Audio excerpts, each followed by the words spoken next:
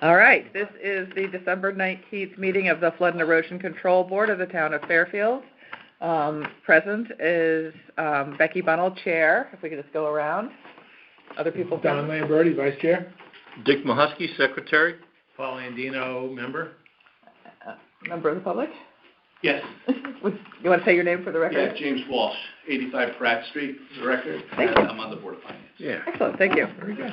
Did you come to give us money? I don't know. I don't know how much money you need. And then on the phone, are there any other people on the phone that would like to? Just Prue Just O'Brien, Prue. recording secretary. Excellent, thank you. All right, then we're going to. I have not heard from Peter. I don't 7:04. I don't know what Peter Wiswell's plans are. Okay, well, we have a quorum, however. Yes. So we're going to start with the first item of business, which is to hear, consider, and act upon the minutes of November 14th, the special meeting. Does anyone have any comments or would like to make any edits on those minutes? No. Yeah, this is Dick. I just want to note that although Mr. Landino is here today, he was not at the November 14th meeting. Thank you. So he and Mr. Lamberti were truant that day. Other than that, I have nothing. All right. Then can I hear a motion to approve the minutes with that? Motion to approve minutes with that amendment. I second. All in favor? Aye. So moved. All right, our next item of business is election of officers for 2024. Do I have any motions for chair? Madam Chairman, I would like to make a motion. What would you like to make your motion, Dick? I would move that we continue with the successful arrangement we had in our chairmanship for the last 2 years. I think. And I would move that Becky Bunnell be elected our chairwoman for yet another wonderful year, because she's doing a bang-up job. She's thorough and consistent. I second the motion. Thank She's doing you. an excellent job. Yes, I agree. Are there any other motions for other people? None. All right, then. You want to make a motion? No, I will accept. But however, can we go ahead and make a motion to approve Becky Bunnell as chair for next year? So, I moved it. Dick made it. Don seconded it. All in favor? All in favor? Aye. All right, then have a vice chair. Okay. We're making a motion. Well, I also think that Mr. Lamberti, when he had to sub in for the chair, did an excellent job, and I would suggest that we elect him as the vice chair for 2024. I would second. all in favor? Are there any other motions? Then all in favor? Aye. Aye. So moved. Good. Now, That wraps secretary. up. I would like to That make a up. motion that Mr. Nick Mahusky continue his excellent job that he has done as secretary. He has been great with minutes when Prue is not able to take them. He has done a great job making sure our minutes are current on the website. He Does a good job. does a great job well beyond that, by the way. But as secretary, he's done an excellent job in that role. So I would like to make a motion that he continue for another year. I'll second. I'll give. Any other motions? Then can I have a motion to approve that? Approve? Aye. I abstain. Okay. All right, so we have And now... I think you did that ill-advised because I forgot my pencil today. So Well, I'm here naked. You can use my pen. All right, so we've completed officers for 2024. Our new secretary will make sure that the town clerk receives those so that we know who is... Yes, he will. Thank you. Let's move on to the next agenda item, which is the 2024 meeting dates, and that we have a proposal from our secretary. And these I had passed these around before. These are all the third Tuesday of the month. I don't see any conflicts. The only date that comes close to a conflict is in February. The third Tuesday is the 20th of February, and the 19th, that Monday, is President's Day. Okay. So, I don't think President's Day is a big deal. The schools are still open then? On Tuesday. Don't know. Yeah. As long as the schools are open, yeah. Well, you mean in terms of being able to get into this building? Or, yeah, anything in general. We'd be able to get into this building. Yeah. On Tuesday, yeah. Yeah. Because Monday would be the holiday. Could be problematic. Okay. Then I would like to make a motion to approve these dates. The second? All in favor? Aye. All right, so moved. Peter Secretary. Hi, Peter. We just approved officers for 2024, which is... And you're the chairman. You're the chairman and you secretary. You lose. Well, we are in tough shape. But just in the spirit of full disclosure, I've been on another meeting call the last 10 minutes where I tried to announce myself, and finally somebody said, "Oh, this is the wrong meeting." So I apologize. Well, welcome now. All right. So actually, no, we approved Becky as chair, Don as vice chair, and Dick as secretary, and we have just approved the meeting dates that were sent out in the email listed with the agenda. I concur with all. Excellent. So we will move on to item 4. And Paul, I just want to say Paul Landino is also here, Peter. Yeah. How are you, Peter? Hello, Paul. Fleeting appearance. Could I just make a comment for the record? Yes, today is Tuesday, right? Yesterday, Chuck Abercrombie was appointed as a new member of this board, replacing Mr. Landino, who has to rotate off because of the 2-term limitations. So, Paul, thank you very much for 10 years of service on this board. And maybe we'll see you back in a year. Yeah. You never know. Thank you. I was going to echo that at the end of the meeting, but I will actually put my sense in. You've done a really great job. When Chuck was nominated, he stood up to the mic and said, thank you. And he did a little pitch for flood and erosion, how this is very important work in light of the coming climate change that we're seeing. So he did a little commercial. We got a little reminder Sunday night. Yeah. And riverine flooding. I didn't see how much flooding was upland this time. Well, upland was sort of sporadic. It was more river driven. Yeah. And the rivers are still cresting. The people I know north, more towards Worcester, Boston, and Vermont up through Maine. They got really took it. A lot of towns with power outages. I saw this morning. I saw trucks heading north on 95. Yeah. I went out to Long Island in the morning going out, and then in the afternoon coming back. So a lot of line trucks. A lot of water, a lot of power outages. Yeah. A lot of internet outages. We got lucky then, I guess. We did very well considering. Yeah.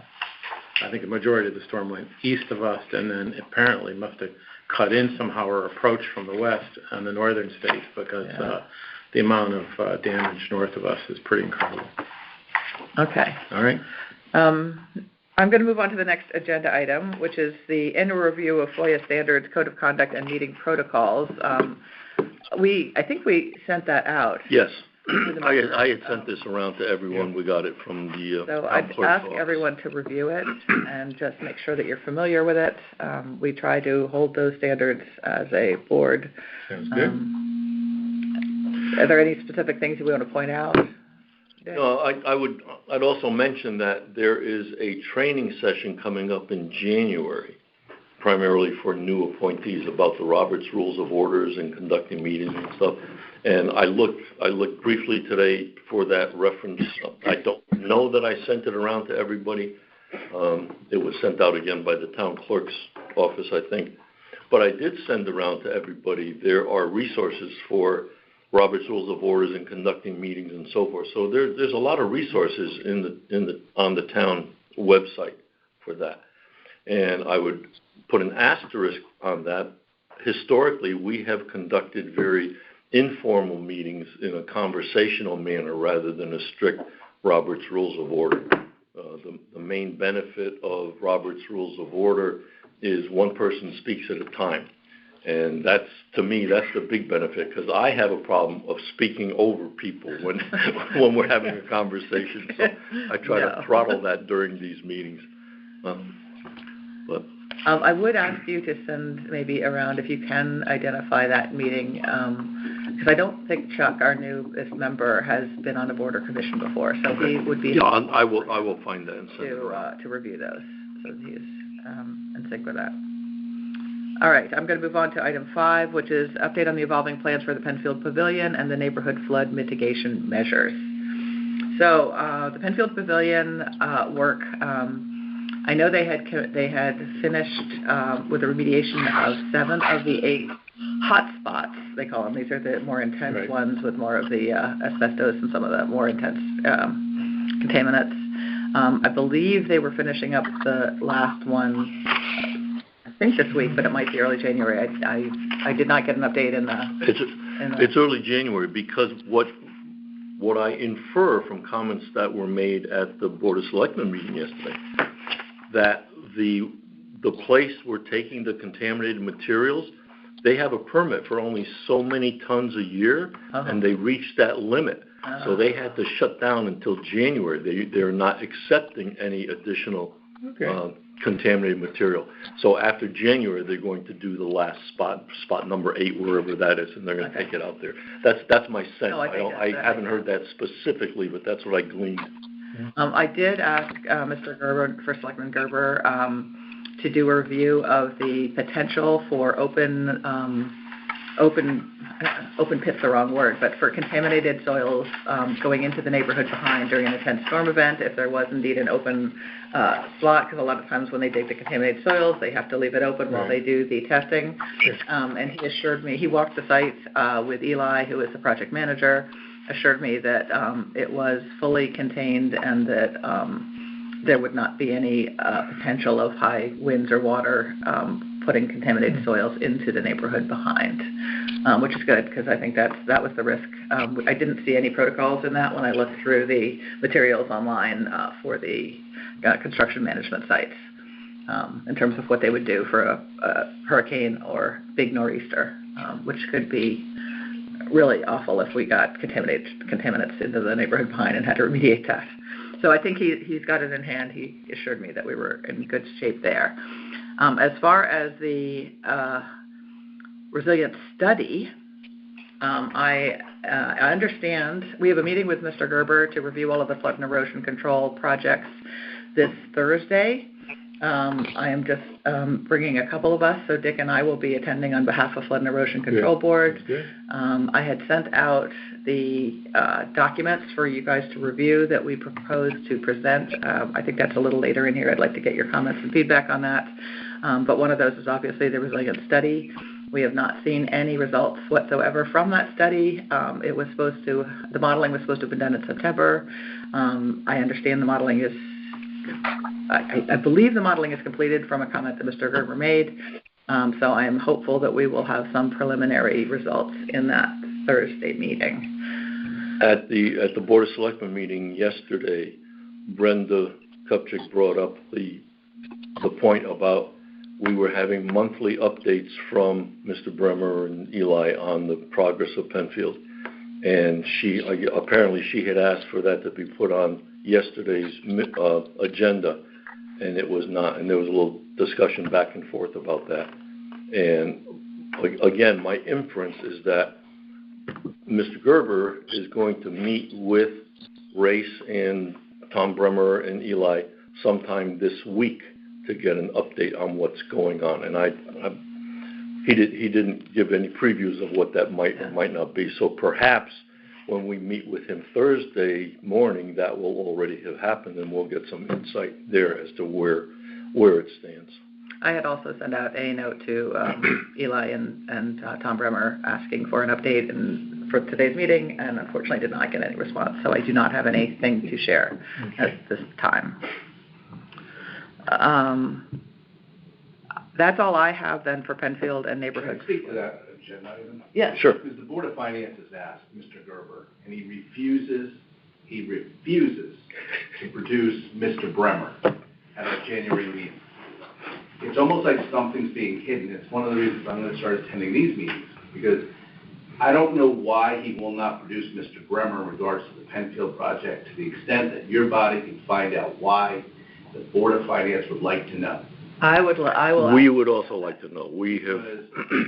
It's ridiculous because Mr.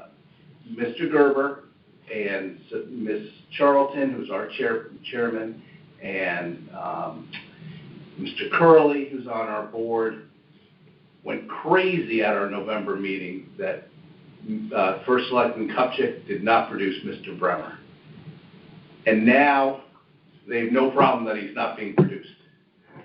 And I don't know why everyone is trying to hide Mr. Bremer, but I would like to know why. Well, it makes it sound like something is going on that shouldn't be going on, and they don't want anybody to know. That's scary. It's very scary. In the October meeting, I believe Mr. Bremer did attend, and you guys asked him many questions and asked for budgets and updates. And I think that was a meeting before that. Was that even and he had no number. He brought nothing. Yeah, he wasn't able to give you anything. He wouldn't even produce at our November meeting, which is at the beginning of November. Yeah, no, I was shocked at that he wasn't willing to. It's funny, the people that went crazy at our meeting, which were Lori Charlton and Mr. Curley, sat on their hands when being requested now that Mr. Gerber's first selectman. Are they the Democrats? Yeah. Okay. So now it was like, when they were Democrats and there was a Republican first selectman, I know. they were screaming that he wasn't being produced. Well, we There try. were letters to the editor and opinion pieces, and it was all over the media. Well, now that we asked him to be produced, I hypothesize that they are still... Prue, is that someone joining? Prue? Prue, are you still on? Or did she leave? Yeah, no, I was muted, sorry. What would, Did someone else, know if someone else join? It was a beep. nope. Okay. No, maybe because I muted myself.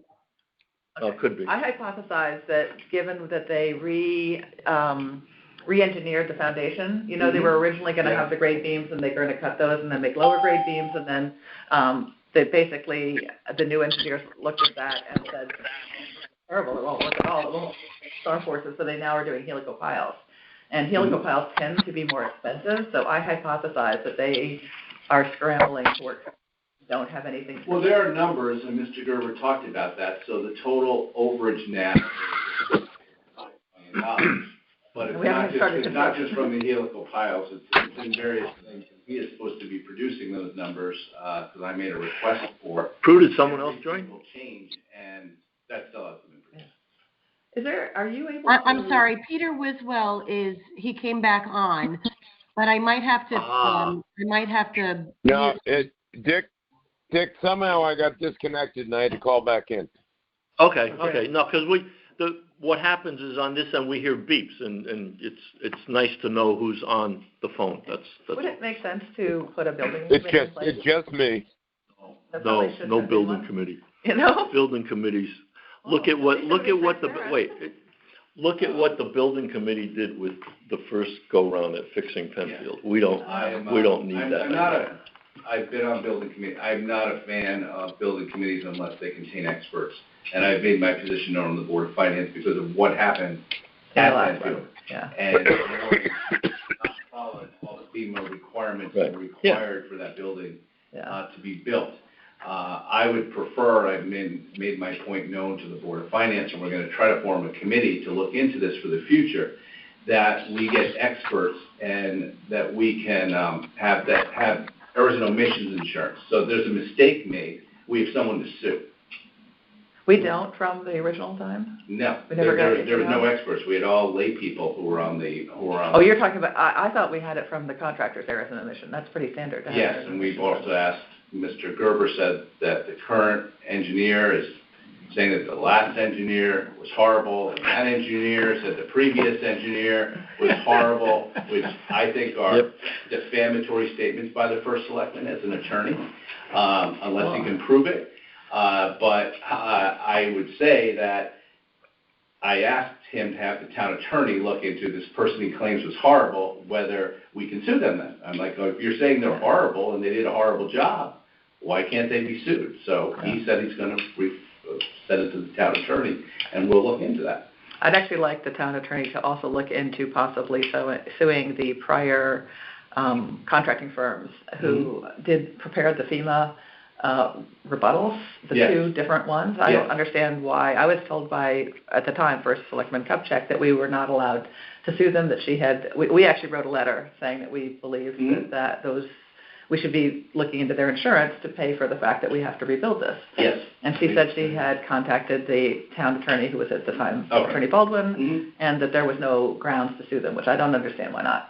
I was never given it. It'd be nice if that stuff was explained in public meetings. I asked for clarification, and I was not given any. So I would love to follow up. Perhaps finance could follow up with that as well. Because it would be nice to get some of our $15 million back. Yeah, we're hoping that our January 15th meeting, and Mr. Bremer will be there. Yeah. Well, from my vantage point, we try to stay apolitical here in this group.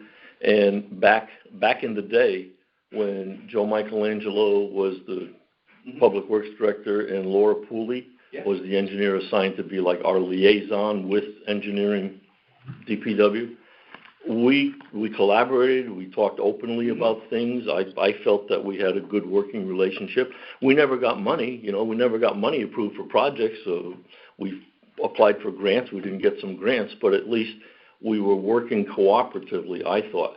And we got projects approved. But then this thing with Penfield starting a year ago now, last fall when it came around, and we had a meeting with Race because we wanted to be in the loop with Race as to this resiliency study at Penfield, and we weren't told as such, but the actions to me said, yeah, we know what we're doing, we don't need your input, kind of thing. So it started off from my vantage point with our group here, Flood and Erosion, that we were not in the loop in any meaningful way at all. And now getting this resiliency study done, somebody's slow walking it because it's not that big a deal, and we're just one being done by Race that was yes. The analysis was done back in May when they did the foundation work. They were doing a CSM flow model that was actually going to look at the structural forces on the foundation in order to do the engineering for the foundation. That was supposed to have included also a graphic representation of the flood potential in the greater area, which was obviously beyond the pavilion, and we never got that. And when I inquired of the town why didn't we get that, it was a specific deliverable called out in the RFP and then in the proposal.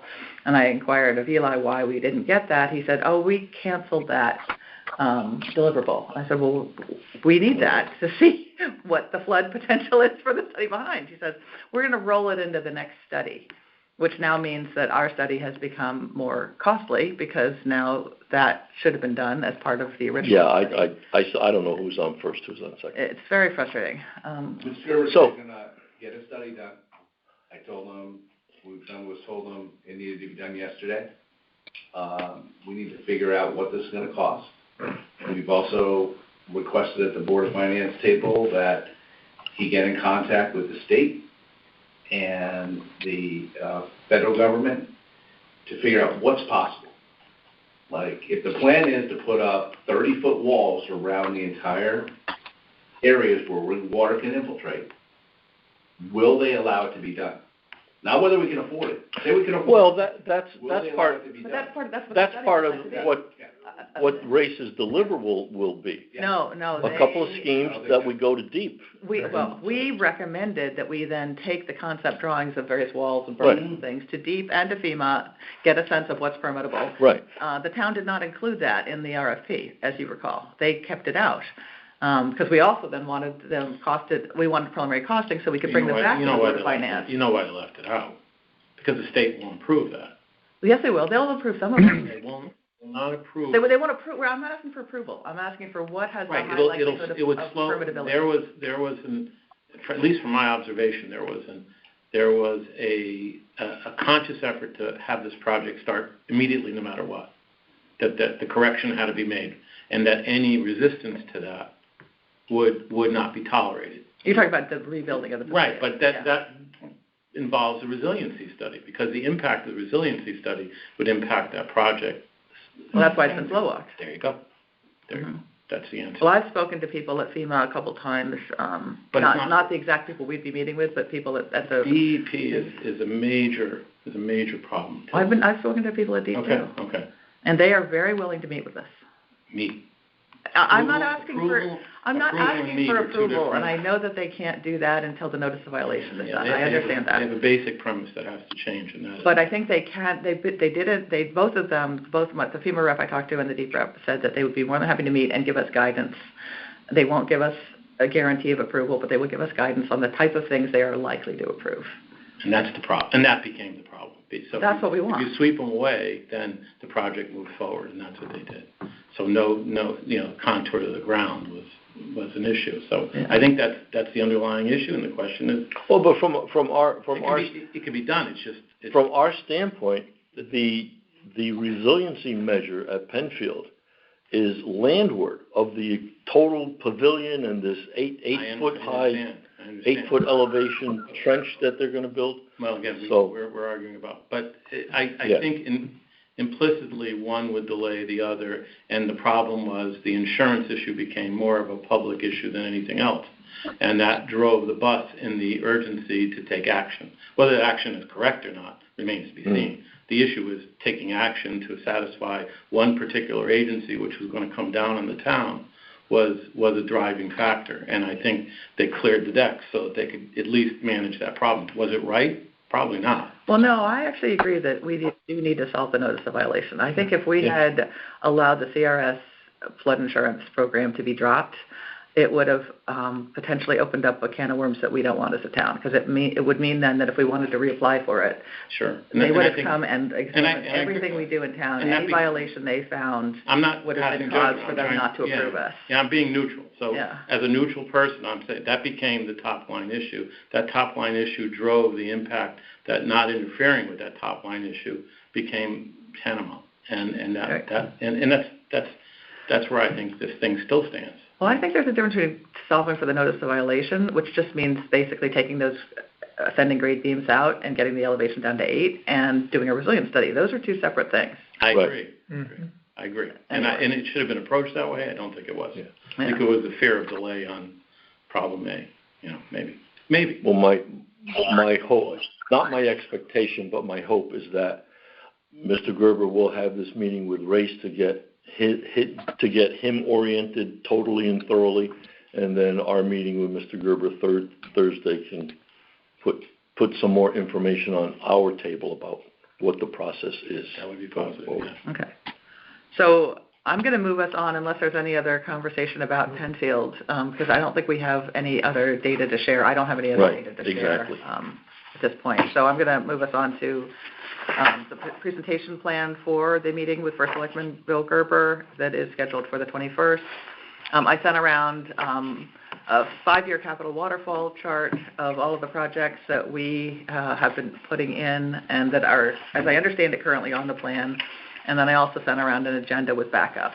So if people could just take a look at that and get back any comments, I will make them. I'd like to send that out tomorrow. Madam Chairman, I looked at it thoroughly. I think it's wonderful.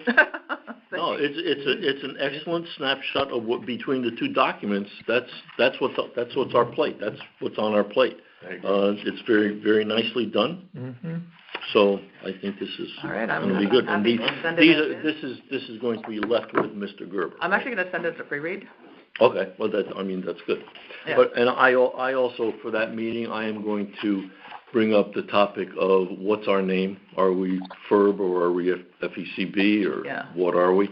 And also the fact of changing the town charter, that because one of the things that we want to do is add the two new members for the state statute. Alternate? Are they called alternates? We're allowed to have 5 to 7. Associates? The state statutes allowed us to have 5 members with 2 alternates. With 2 alternates. 5 members with 2 alternates. So the point is that I found that thing in the charter that says the RTM can change some stuff in the charter, where heretofore I was always told, well, because I asked Tom Bremer, he's a lawyer, right? I said, hey, can we change FECB's portion in the charter to be consistent with what is state statute now? And he said, no, you can't do that. You have to have a complete charter revision voted on by the entire public. And that's not how I read that portion of the the charter.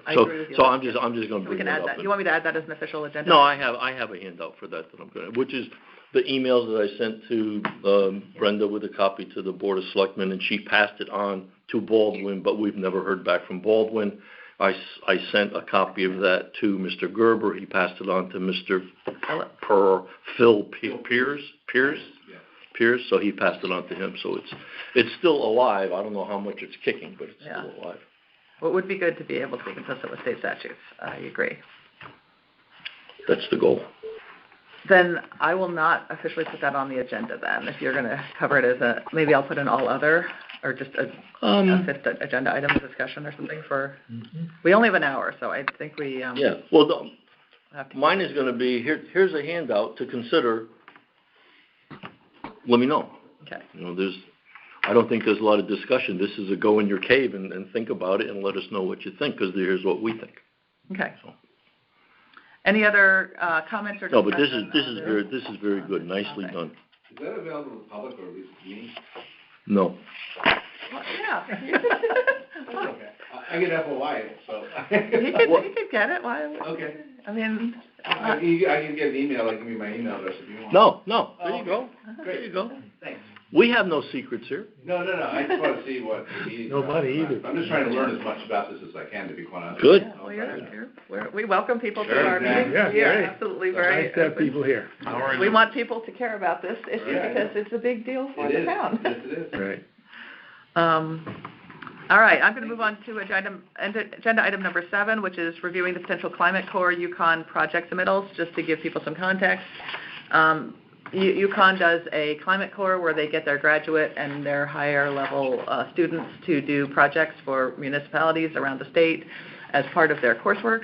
We had Chris Dow do our GIS mapping project. It's free to the town, and we got reasonably good results. Unfortunately, he didn't finish it, so that's a problem, but he got us pretty far, and I am exploring options to... You got a proposal from him to finish in January. I did, and he no longer can do it because he has a full-time job. Ah. So he wanted $1,500 to finish it up. He is now going to look and see if he can find another student from the GIS mapping course who can finish it up for us. He thinks it's about 60 hours. When I was a young guy, I worked, and then at night I did my little side jobs. He obviously doesn't need the money. $1,500 isn't enough these days. You have to pay him a lot more, I think.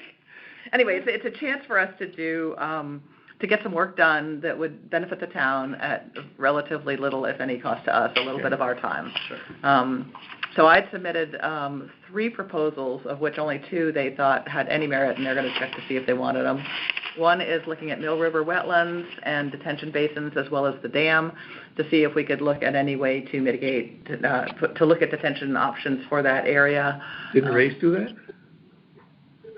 Mill River? When you say Mill River, what dam? The dam down at the harbor? No, Bill Hurley had wanted to do this, and this is, I thought it was, maybe it's the St. Mortar Dam, would it be up there?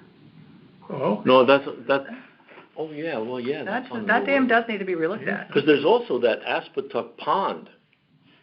I think it's part of Aspetuck. Yeah. There's a pond up there that has a dam on that pond. Which maybe it's that. That dam is kind of sketchy. So I'm not sure what dam, but it was that dam, let's go. It's going to be water. There is a big thing to look at dams and just to see, what is likely to fail. So it could be that that's what Bill was looking at, but I think it was also to look at detention basins downstream of that in case it did fail. Could we mitigate water inundation? So that was one project. The other project that I put on the table was to look at our current building codes, and which are state-driven right now, and see what hurricane and heavy rain event types of overlays we could provide to our residents, so that when someone's doing a renovation, they can choose to work with their contractor to put in extra things to mitigate flooding on their properties, or to mitigate hurricane impact on properties. It's very cheap to do those things when you're actually doing a renovation. It's very expensive to do it after the fact. So it would be nice if someone, like when I redid my house, it would have been nice if I had had a little sheet saying, here are the 7 things you should talk about with your contractor that you can do while you're doing this. It will cost you very little, and it will make your house hurricane resistant and flood resistant. So I'd like to have that available to our residents for flood and hurricane types of things. And ideally get someone to put that together. I know other states have these overlays. In Massachusetts, several towns actually have them as optional overlays. I wouldn't do this as a mandatory. No one should be forced to go above state building codes, but I think it should be an optional that people can have available. So that would be the other project.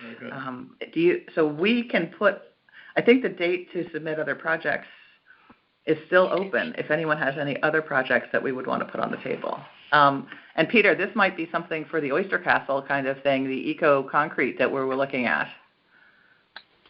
Interesting, yes. So do you want to do a 2-sentence write-up on eco-concrete that maybe we could put on the table for someone, for a smart graduate student to put together a proposal for us? It doesn't need to be, I mean, I wouldn't spend a lot of time on it. These are things we have to put into Juliana Bartlett, and I've forgotten the other woman's name who's running the program. Apologies, I don't know her name offhand. But anyway, we would have to put it into them, and then they would decide whether it was appropriate for the classes that they've got going on in the spring. Yeah, ecological wave breakers. Yeah. Peter, that's the phrase, ecological wave breakers. I think living shoreline wave breakers. Well, they call Becky, concrete. They call their concrete ecocrete for ecological. Becky, it's interesting that you raised the concrete issue, because I had lunch last week with a fellow who had been involved with a concrete project in New York at the Red Hook Terminal, and he delved into all of the environmental issues that have been an enormous draw for the state regulators in New York. And I've now learned that when you sit down with a concrete to talk about a project, they delve into what type of fish, crustaceans, etc., are you looking to attract. We will put zigs and zags and grooves and cracks into the structure that are scientifically have been scientifically demonstrated to attract those critters. And then they rub it all with snake oil at the end. Well, we definitely want oysters to do it, because that'll just reinforce the integrity of the structure. But I don't know my fish well enough to know what little fish swim around. I've seen a lot of them. I would suggest stripers. I would suggest we can certainly get that from Audubon or someone if we need that. Well, I would suggest if I do something brief that it could be in a more generic context, noting that a concrete has a science team that's capable of delving into each type fish or crustacean to determine what they want, and so just make it generic. But it looked like a great presentation item for Deep. Yeah, I'll put something together. Okay, I mean, that would be, I think, another cool project. I didn't put it in the original list I sent to them, but I think if you have a few minutes, it would be really helpful to add that one in the list. I'll do it. We'll do an end around for a wave breaker concept. All right. That is exactly what it is. Yeah, well, we're not getting much traction the other way. I'm going to move us on to agenda item 8, unless there's any other climate core ideas that we want to put on the table. All right, the status of active projects. Bill did not give us a complete update, so we can just go through the updates that we do know. I think, had we met with Save the Sound? I don't think that was by last meeting, so let me give a quick update on the Ash Creek resiliency. So we met with the City of Bridgeport, Ash Creek Conservancy, and Save the Sound. They have a $600,000 grant and are applying and have been given some good confidence they will get an additional $400,000 to do the study for the Ash Creek estuary. And the purpose of the study is to look at the literal drift of the waves and the sand to see how that actually is going to either grow or erode the sand spit that's there now, as well as Great Marsh Island. Their overall goal is to do thin layer deposition on top of the marshes so that they can combat sea level rise. So that's their primary goal of the project. I said that we were looking at a high-intensity wave study that would fit nicely with that because the erosion they're getting was primarily from, most of the erosion they got was from Sandy. If they look at the historical view of the sand spit and how much it's eroded over the years, they got a huge hit in the 2012 time period, which is when Sandy really took a lot away. So I think if they're really looking to curb erosion, they're going to need to do some kind of wave attenuation, wave breaking measure, sills or breakwaters or some other type of econocrete, whatever this ends up being, the oyster castle approach. So I asked them to consider putting that in, but they're pretty firmly set on thin layer deposition as their primary. But I think when we have the study back, it'll help us understand how our waves break on Jennings, because it's going to be a very similar lateral drift and flow. So we'll get a lot of good feedback from that. We also own a quarter of the Great Barrier Island and a quarter of the sand spit as the town of Fairfield. So obviously we have a stake in this. So we will continue to meet with them. I think they were trying to submit their project. I forget what the timeline was. I think it would be happening in this spring, basically, is when they would be doing most of their... Is Bridgeport interested in working with it or doing anything with it? Or? The town of Bridgeport was there. We had Chadwick there, who was there. And then some new guy. And we had someone from their DPW, yeah. Yeah, I have to look back on my notes. Yeah, so the they're very open space manager or something. He's their open space manager or something. Yeah, so they're very cooperative with us.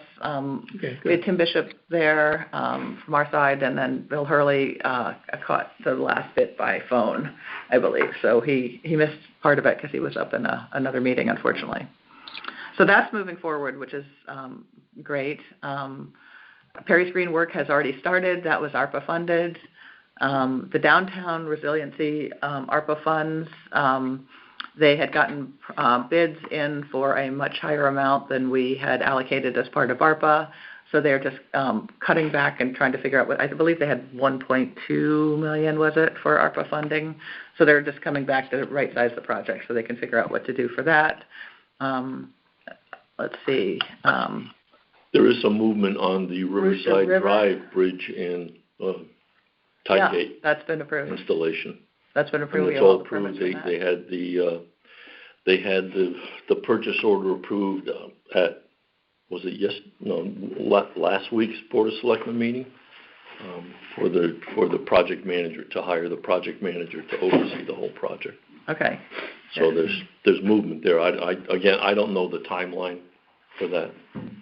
And that has gotten a lot more expensive, right? I think that's up at $6.7 million. 4 years have gone by. It was 3.8 in the original. Yeah. They have completed a study of all of the various tide gates around the town, which is good because we really didn't have an accurate inventory of that. They could not find 6 of them, which was kind of scary. Well, they're buried. I mean, some of these are flap gates and stuff that are under silts and stuff. So they know kind of where they are, but they weren't able to actually. So that report is not yet released for mere mortals to see. But it's good that they are looking at it and they are putting together a schedule, because that's the line of first defense against a lot of managing our marshes is really. And then hopefully that having that report in hand will let Mr. Bishop prioritize the tide gates that are on the capital plan, because we haven't started on a couple of those that are sitting right there. So there's the Cleary one. They're sitting right there. The railroad bridge one, the Cleary tide gate, and the Riverside Creek. Turney and Riverside Creek. Riverside Creek. So there's a couple that are just hanging. I think there were 5 on the capital plan. That, yeah, I think so. 5. Yeah. So that's good. So if we can get those, Mr. Board of Finance person who's here, we'd like you to approve those things. Okay. just a plug while you're here. And then they've been doing a bunch of tide gates. I think even part of the ARPA monies for tide gates. Yes. So.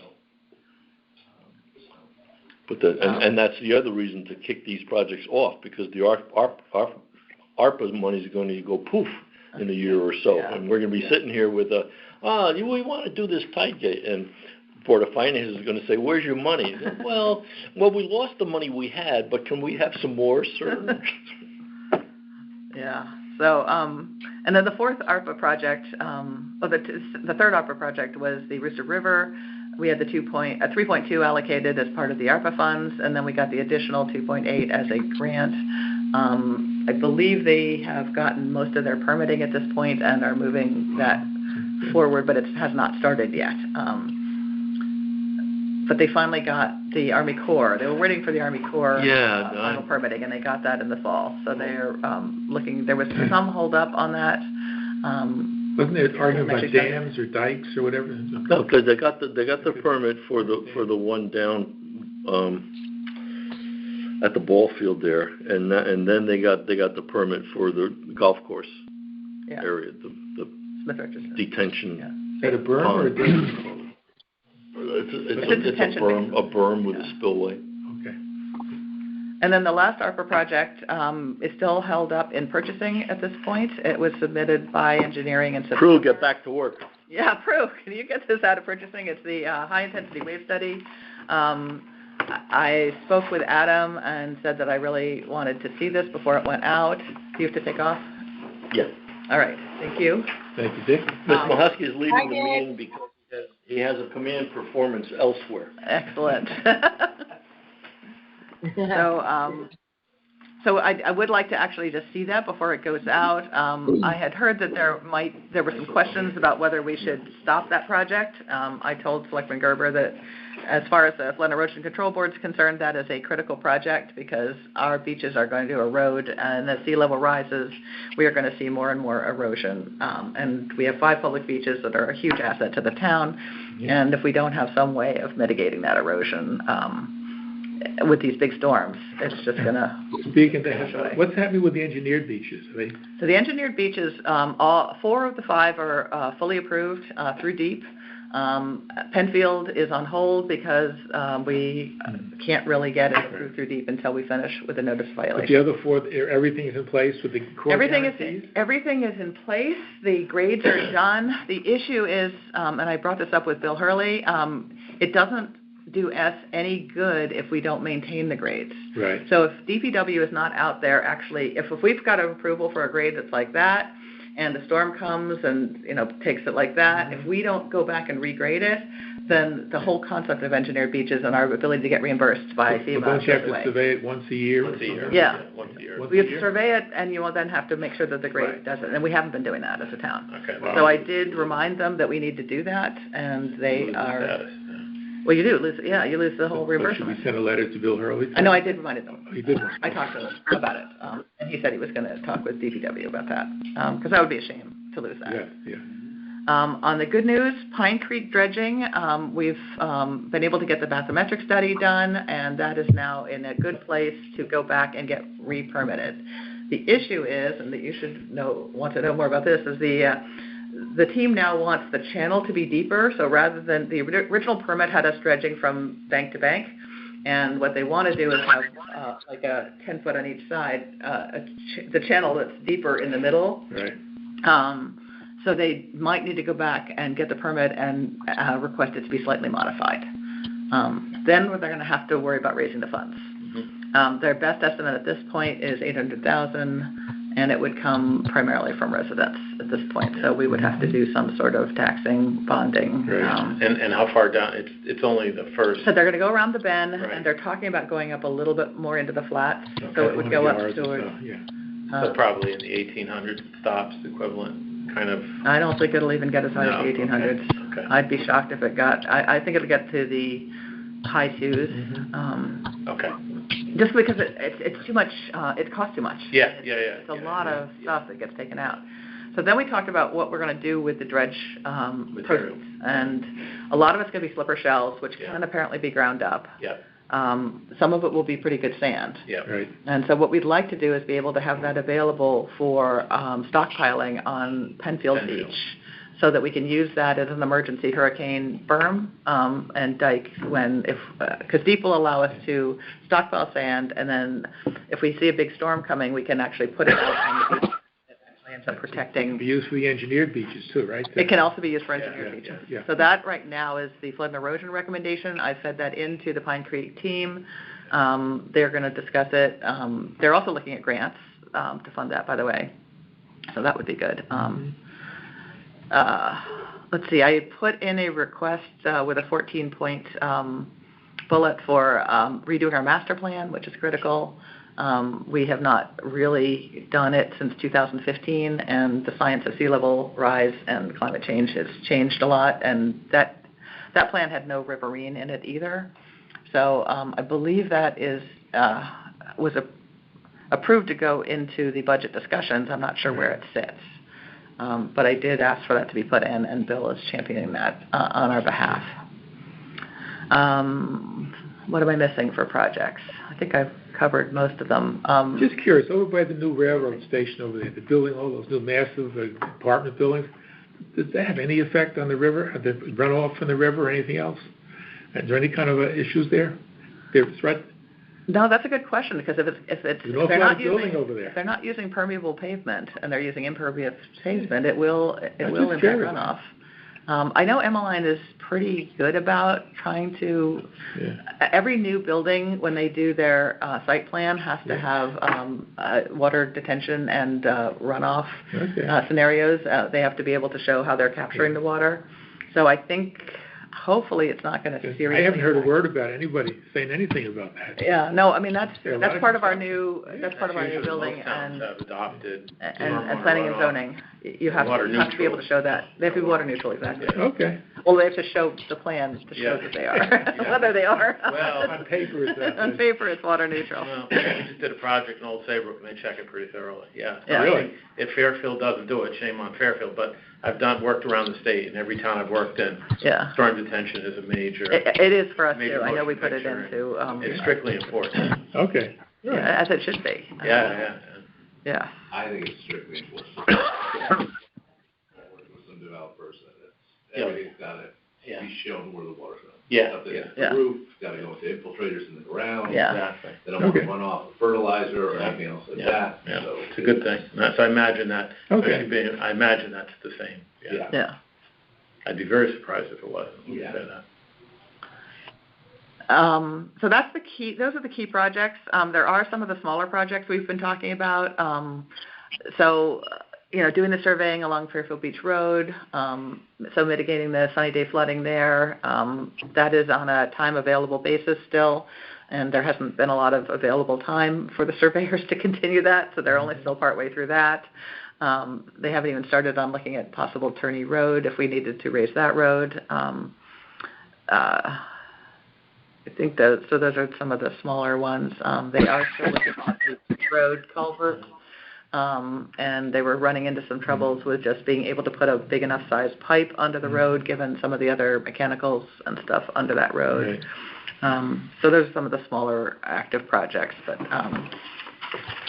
there's no other major projects that we're working on. So any other questions on projects? I've said it a couple of times. I still think it's a good idea. Would be we want to raise the road up on the peninsula, and if someone applies for a permit, a building permit, like Biankowski used to look at, they should have to show on paper that if you raise the road, say 8 inches, you can handle it, and before you get a permit, and you don't have to do anything. Just say if we raise the road, we're not going to flood you out. We're not going to. How do you go about making that a requirement? Because if 5 people a year do it, 10 years from now, 50 houses have been upgraded. Yeah. How do you go about getting something like that done? So I think it's a good idea. So what they did in this. We came up with that idea 30 years ago. I know. Better late than never. How do you go about getting it? So what they did last time, when they raised Fairfield Beach Road between the second hump and the third, about a foot, roughly. And what they did is, as part of that road raising, they surveyed each of the houses, and they figured out how to make sure that the driveway met the road. And they did. That was part of the cost of doing that project. And I think many residents, I'm not in that pool, but many residents would expect the town to make those modifications at the same time. Yeah, but You should make them do it on paper now before they get. I don't disagree. I don't disagree. I have no idea how to get it started. I think you gotta look. I think you talked to planning and zoning. Well, it doesn't have to get voted through. Well, if you want it to be a requirement versus a requirement. I think it's a good idea. I just really do. I mean, where you're going to run into a little trouble maybe is the no fill requirement from deep. You can't add fill down in the beach area. You're not allowed to. It has to be the same elevation as when you built it. My favorite organization. Deep. Smile when you say that. I'm not smiling. All right, I'm going to ask if there's any other business which should probably come before the board before we adjourn the meeting. Is there anyone on the phone, anyone on the board that has any other business? Is there anyone who is here as a guest who has any other business or any questions that they would like to ask? No, I just want to appreciate you board for a lot. Nothing here. Yeah, I just want to say thank you for showing up. And for being here. I like that. You're doing a great job. And in my last meeting, I want to thank all of my fellow board members for being so hospitable and very nice and easy to work with. Nice to meet you. Well, we appreciate it's been my honor to be a part of this group for a couple of terms. Thank you very much. Well, you've added a lot of value during your time here. I hope you do consider coming back on after your year if you'd like to. We'll see. You may not want to. With all the fun we have, how can you not? Maybe a special project or two. You've really added a lot of value, and your advice over the years has been very valuable. Thank you very much. We appreciate it. Thanks for your All right, I am now going to adjourn the meeting at 7:59 by the clock. Kept it under an hour. Yeah. Okay, so I vote to adjourn the meeting. Yes, all in favor? So approved. Aye. Approved, thanks. You can stop the recording. Thank you very much. Good night, everybody. Have a good